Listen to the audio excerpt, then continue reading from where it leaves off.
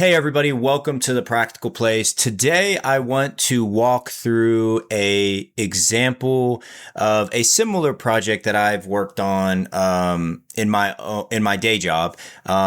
And I just kind of want to talk about how I use ChatGPT and how you can use your AI tool to help with formulas in Excel. So this is a very specific video topic. So if this is something that you've been thinking about doing or curious about doing, then hopefully this video helps you. So this isn't a video to advocate for AI taking over our jobs or anything. This is more so of seeing AI as a tool that you can help leverage in your day-to-day workflow. So I'm going to walk through this, but there's a lot of, and this is really geared towards maybe young professionals, young project managers, or anybody interested in Excel, and using AI to sort of enhance your Excel skills.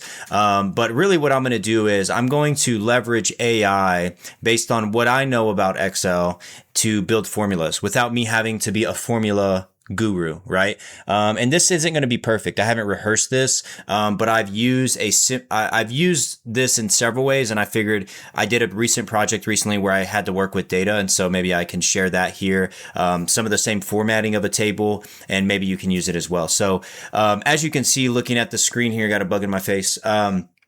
As you can see, looking at the screen here, I've got a list of products. And so I want to get this into Power BI. So this is my fact table, if you're familiar with that language. And I need to build basically VLOOKUPs here based on all the data over here. This one, actually, let me fill this in. I forgot to fill this in. So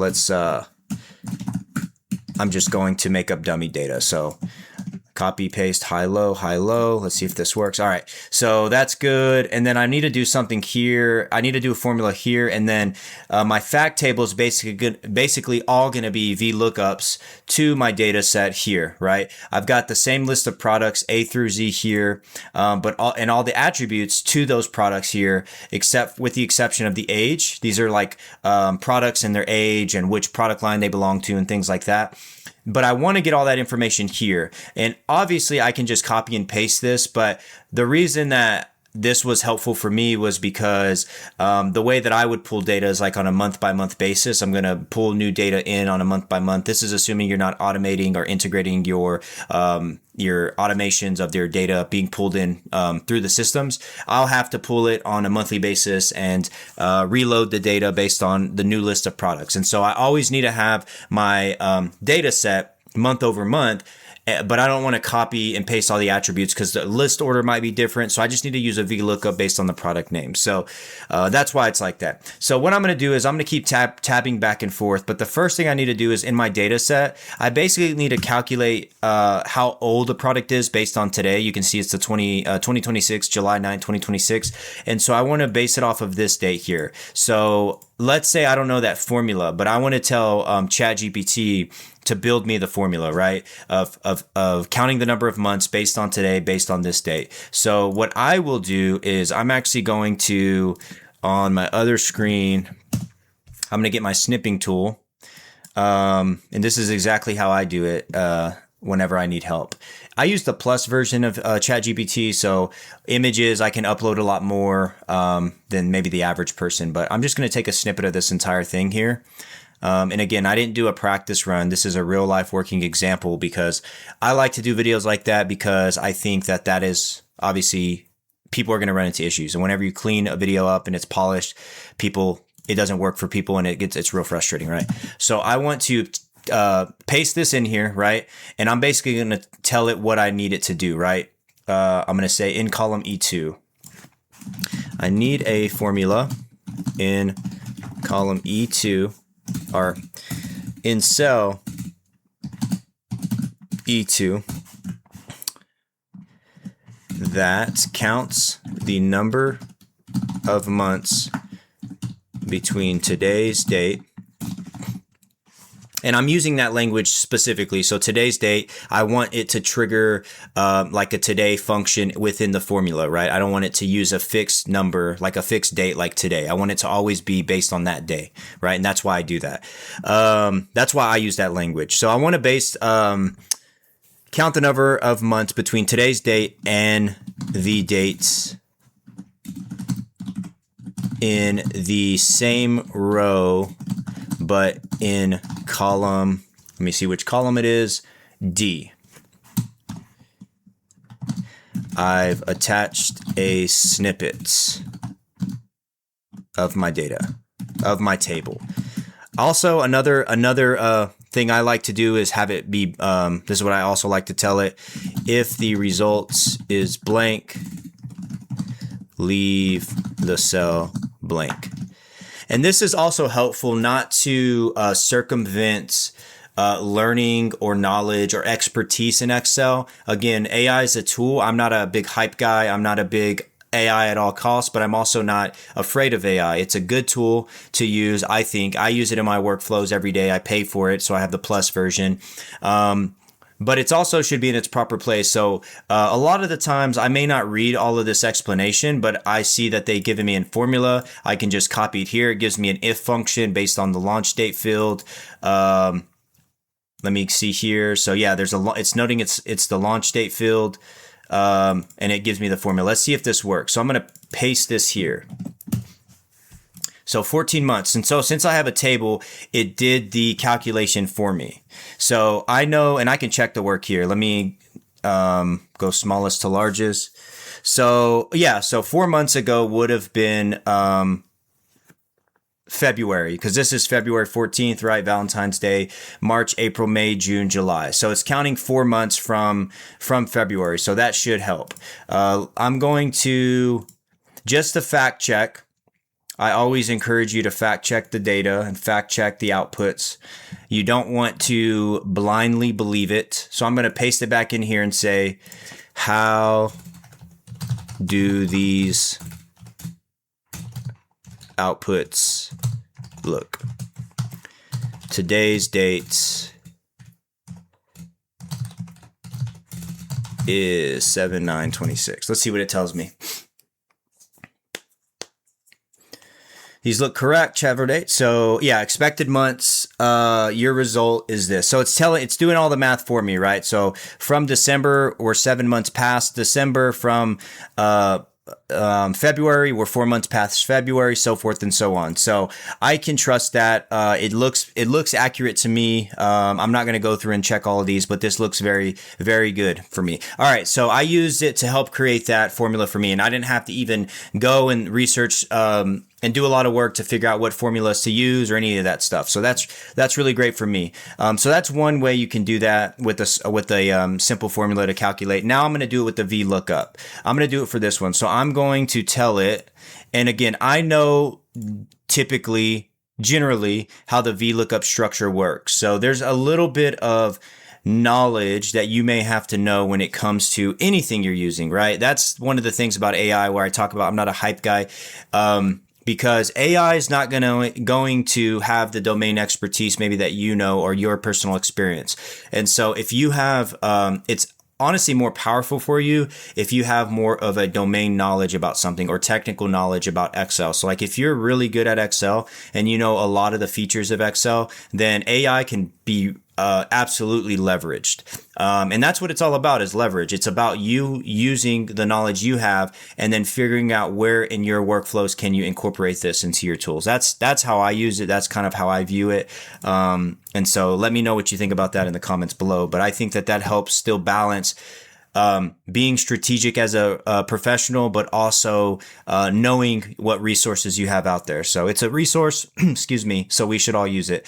All right, so I know in a VLOOKUP structure, I need to have a reference cell. So this is going to be my reference cell. I'm going to tell it to reference A2. I'm going to say, in the data set sheet, I need it to pull from row 2, and I need it to always be true. So let me basically explain that to it. I'm going to paste both of these in again. Again, using images for me is always pretty huge because it gives it a visual, I think. I don't know how the back end of the tool interprets that, but a lot of the times in my use of it, it helps. So now I'm going to tell it I need a VLOOKUP. It's going to bother me. Formula for, what cell is this? B2. B2 in my fact table sheet. My fact table sheet.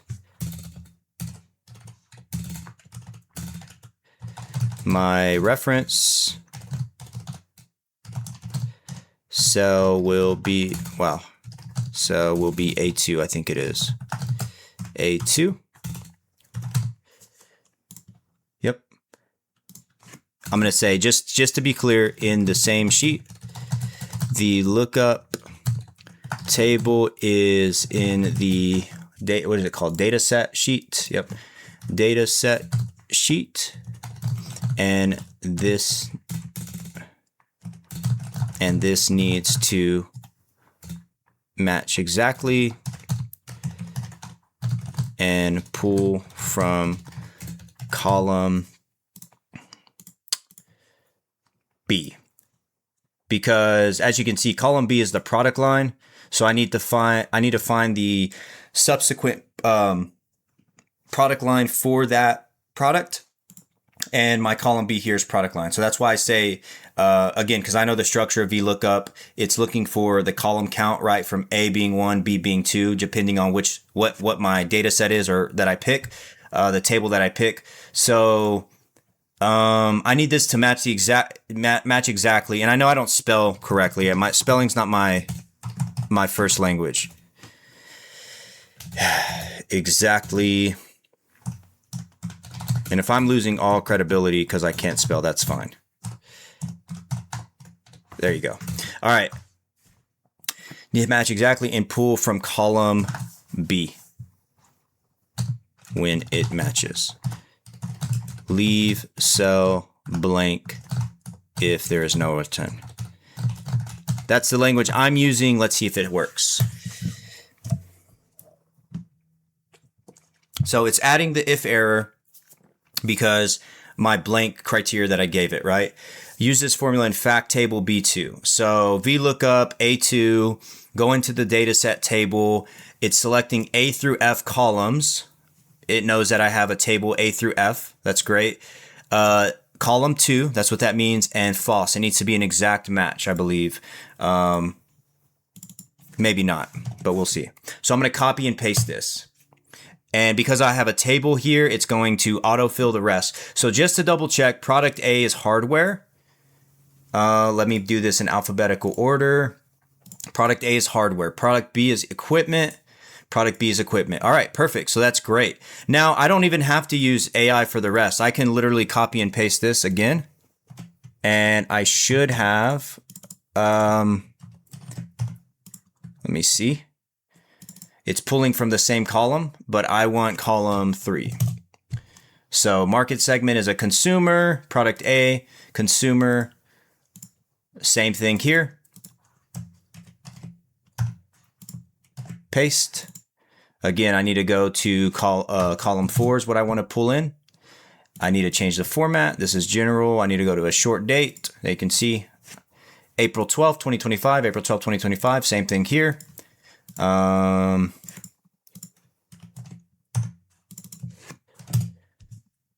Nope, I don't need it to be I need it to be that actually. But I need it to pull from column 5, same thing. And then last one, copy and paste here, but pulling from column 6. All right, so there you go. Look at that. So I didn't have to really do anything as it relates to functions or formulas. I literally let AI write all those for me. And some may be watching this saying, if you already know this, why would you waste your time leveraging AI?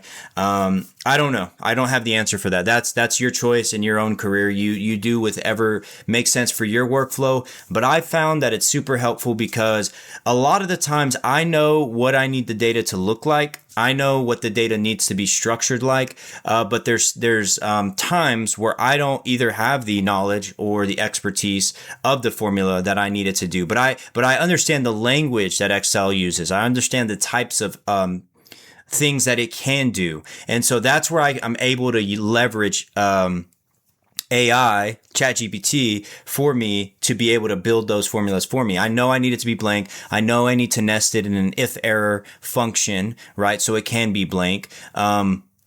Now because AI did that for me. Whereas before, maybe I didn't know how to do that, right? And so again, it's all up to you and how you want to do it in your workflow. But I was thinking about this today or this past week because working on this project, thinking, I think this could be helpful for somebody out there. Maybe it is, maybe it isn't. Let me know in the comments below if AI is a tool that you're using in Excel, if there are better methods than what I just presented, or if you found this helpful. Again, I really try to gear these towards young professionals or somebody that is trying to grow in corporate America but just doesn't have the tools and skills to make it work. And I just want to tell you, you can do it. Just keep working hard and keep at it. Yeah, don't ever give up. Keep learning. Always be humble and keep going. So let me know in the comments below what you thought about the video. Give this video a like.